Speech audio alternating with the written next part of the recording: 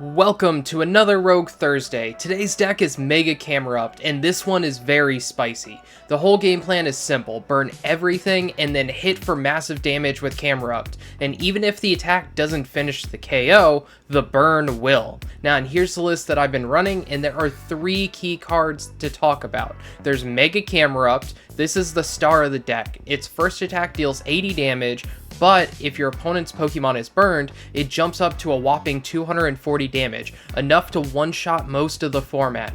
As for tankier Pokemon, we have the second attack that does 280 damage. Combine that with burn damage and a Magmortar on the bench, and we can easily hit 330 total damage, which KOs both Dragapult and Charizard in the meta. Now, we also have Volcanion EX in the deck. This is how we reliably burn our opponents. Its Scalding Steam ability burns the opponent's active Pokemon while Volcanion is in the active spot. We use cards like Switch to be able to pivot out our Camerupt and be able to bring back in the Volcanion each turn so we can get that burn done. We also have Magmortar as our other core card. This boosts our burn damage with its Magma Surge ability, dealing 30 extra burn damage. And the best part, it stacks. With 2 Magmortar in play, burn ticks for 80 damage, letting us take KOs going second or pick up early prizes without even having to swing in the first place. As for tech cards, we have Wally's Compassion. This is an amazing heal card for the deck. It fully heals our Camerupt and bounces the energy back to our hand as the downside. That's fine though, because our main attack only costs a single Fire Energy anyway. We also have Pokemon League Headquarters. This helps against basic heavy decks like Joltik Box, Raging Bolt, and even Terra Box as well. If your meta has more Terra or Pidgeot decks though, feel free to swap this out for Team Rocket's Watchtower instead, and it will be a big difference in those matchups. Now, we also have Tool Scrapper in here too. This is super important right now. Removing things like Maximum Belt, Bravery Charm in the Gardevoir matchup, or even Air Balloon from most other decks can completely swing the game into your favor. Now, and if you want to try the deck for yourself, the full list is in the description below. With that being said, on to game number 1. Alright, so game number 1, we start off with a Numel in the active and no bench Pokemon. Our opponent is playing Ceruledge. They start off with a Squawkabilly in the active, get down a Charcadet and a Solrock, and then they Carmine away their hand. They find the Nest Ball into the Lunatone, so now they have the Rock combo going. They're able to discard their hand with the Squawk one more time, and now they can do the Lunatone to draw 3 extra cards. They got to see so many cards this turn. They're already down to 30 cards left in their deck, which is insane. They put an energy onto the Squawkabilly, which is a Jet Energy, so they can do a retreat next turn. Now, in here, we top deck into that Pokemon League Headquarters, which could be good against the Solrock, but we're going to start off with Nest Ball first, just to see exactly what all we have left in the deck as far as Pokemon. And then I'm thinking about doing the Lillie's Determination, but first I'm going to Tool Scrapper. Then we do hit that Lillie's, which gets us into the Precious Trolley, which is huge, because that means that we get double Magmar plus our Latias, and we already have the Volcanion, and we have both Numels that were remaining in our deck in our hand, so we're able to put that down as well. This is a very good start. We have a Magmortar in our hand and a Camerupt, so we're going to have the full combo for burn next turn to be able to take a knockout, hopefully on a 2-prize Pokemon. Here, our opponent is just going to hit us with that Motivate from the Squawkabilly, being able to attach a Fighting from their discard onto their Solrock. They don't play down the Ceruledge to play around our Camerupt, and that's perfectly fine. They left us a 2-prizer in the active, so we are going to do our little burn combo, and we do have to burn our Switch to do so. This way, we are able to take a 2-prize knockout, and we have a Jet Energy in our hand for follow-up on the next turn to be able to do the burn combo again. Now, here they do promote the Solrock and draw for turn. They are going to play down the Ceruledge now and put down another Ceruledge as well. They do put down the Fez, so they will be able to see 6 extra cards this turn, which most likely will get them into the Fire Energy that they need right now, and they are going to use a Boss and then just hit us with their A-Spec, which is Unfair Stamp.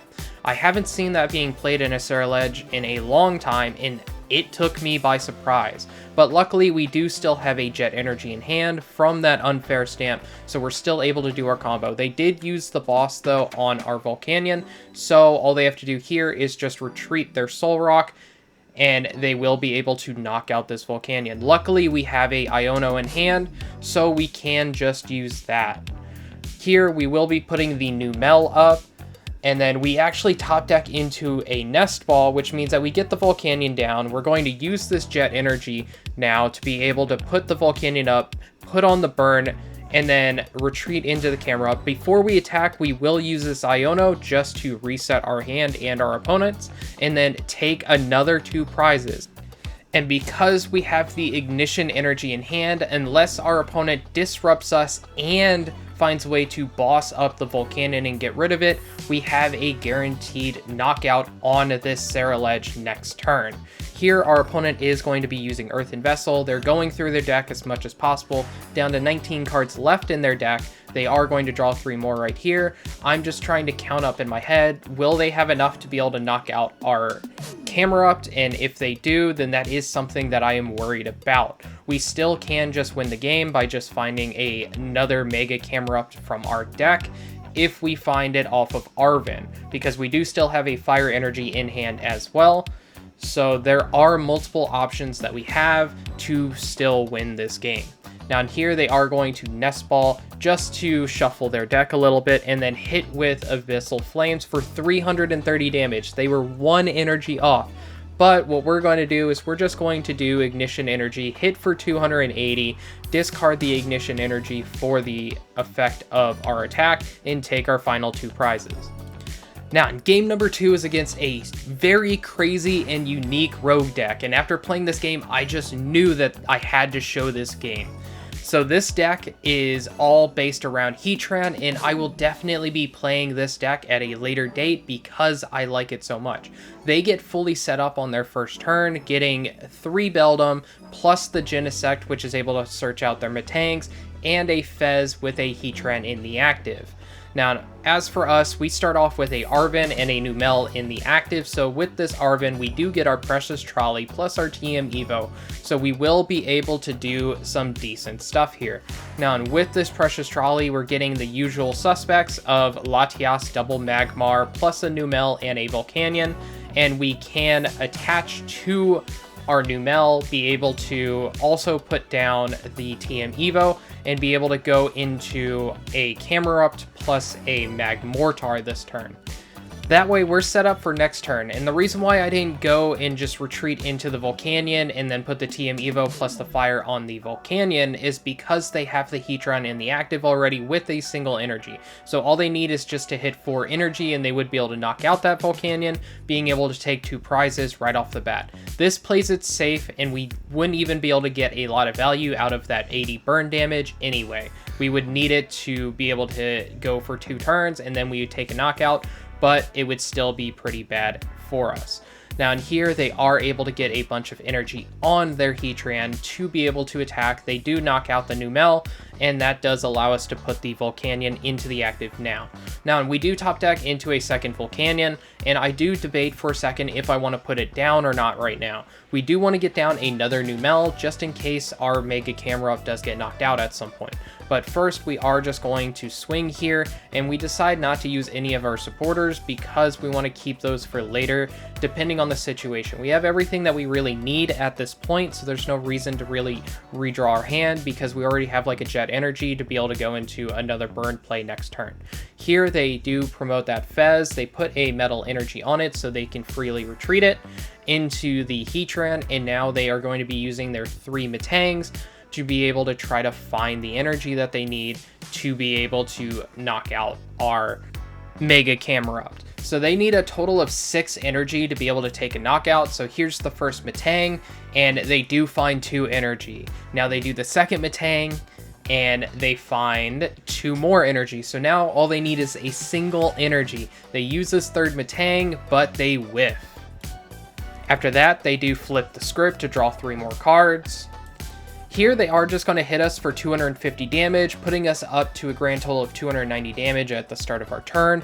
We are going to heal from the burn by flipping heads on that coin, and then we top deck into a Fire Energy. Now we could go Jet Energy and then do some burn plays, but we're doing enough damage anyway on this Heatran because it is weak to fire. So we're just going to Lillie's Determination. We find a Numel, we find a Fire Energy that we can put on it, plus double Wally's Determination. So if we can find another Mega Camerupt, we're actually set up really big.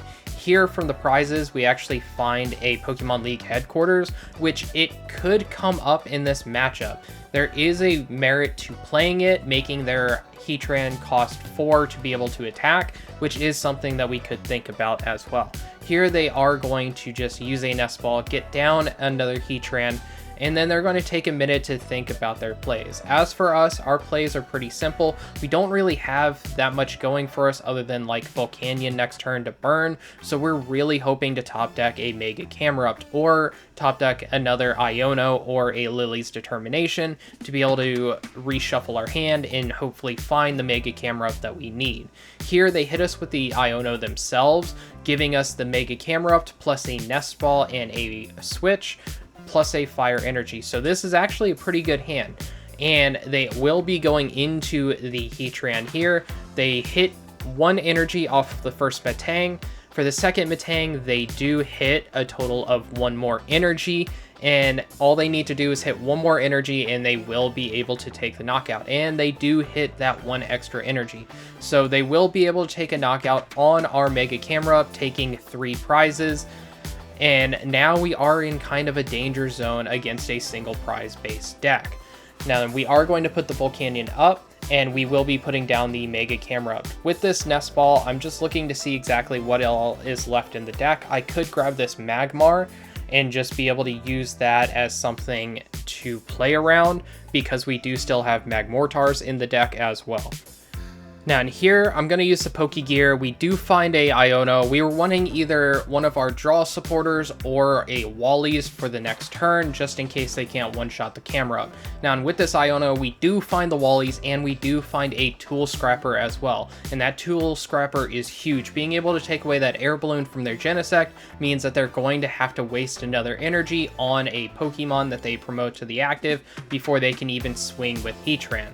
Now, we do take a single prize here using the Camerupt, and we are burned for 20 damage. So now we flip, and we do flip heads, so we are healed from that burn, meaning we're only taking that 20 so far. Now, they do have the Fez up in the active. They do use a Super Rod for turn to be able to put back a bunch of metal energy. And now they have the Night Stretcher to be able to get back a Heatran, put that on the bench, and then they have 1 energy to attach to their Fez. They are going to be able to draw 3 cards here. Now they do end up retreating into the Heatran, and then they will be doing their first Metang. They do hit 2 energy, but they're going to be splitting it, 1 on the Metang, 1 on the Heatran. With this second Metang, they don't find any energy, which is perfect for us, and then this third Metang, they do find another energy. Now they are going to hit us with a Judge, so now there goes our Wally's. We do find another Tool Scrapper, which could be good, and we do find a Boss's Order. Now, and the issue with Boss's Order here is that we need to save it for the next turn. We're going to have to knock out this Heatran this turn, and that is going to be kind of a dangerous play at the same time, because that means that we're going to get burned for another 20 damage at least, meaning that all they would have to find is a total of 6 energy to be able to take a knockout on our Camerupt. So this turn we are going to be using this Arven. We will find a Pokégear here just to thin our deck a little bit, and then we're just going to take the knockout. There's nothing else that we need to play here, and we don't really want to use that boss on the Fez just yet, because it would be so easy for them to be able to take the knockout. Now in here, we are taking some damage. We do heal from the burn, which is something to note, because that means that they do need to find all 6 energy in order to be able to take a knockout. Now in here, they are going to start off by using that Arven, and they will most likely be grabbing a Night Stretcher from here to get the Heatran back, and then they need to hit all 3 of their Metangs in order to be able to get the knockout. So here they do get the Night Stretcher plus an air balloon, so they will be able to free retreat this Fez and be able to get a Heatran back from their discard onto the bench and be able to move that into the active. They do use Fez to draw 3 first, just to thin their deck a little bit and have a little bit more options before going through that play. They do have a Metal Energy that they attach for turn into the Heatran, and they whiff their first Metang. This second Metang needs to hit, and does it? They do hit. They find 3 energy. So now all they need is 2 more energy from this second Metang, and they find exactly that. And even though I lost, I had so much fun playing this match. So those were the games, and honestly, Mega Camerupt is a absolute menace right now. Burn Pressure, Massive Damage, and Magmortar is such a powerful combo, and the deck feels way stronger than people give it credit for.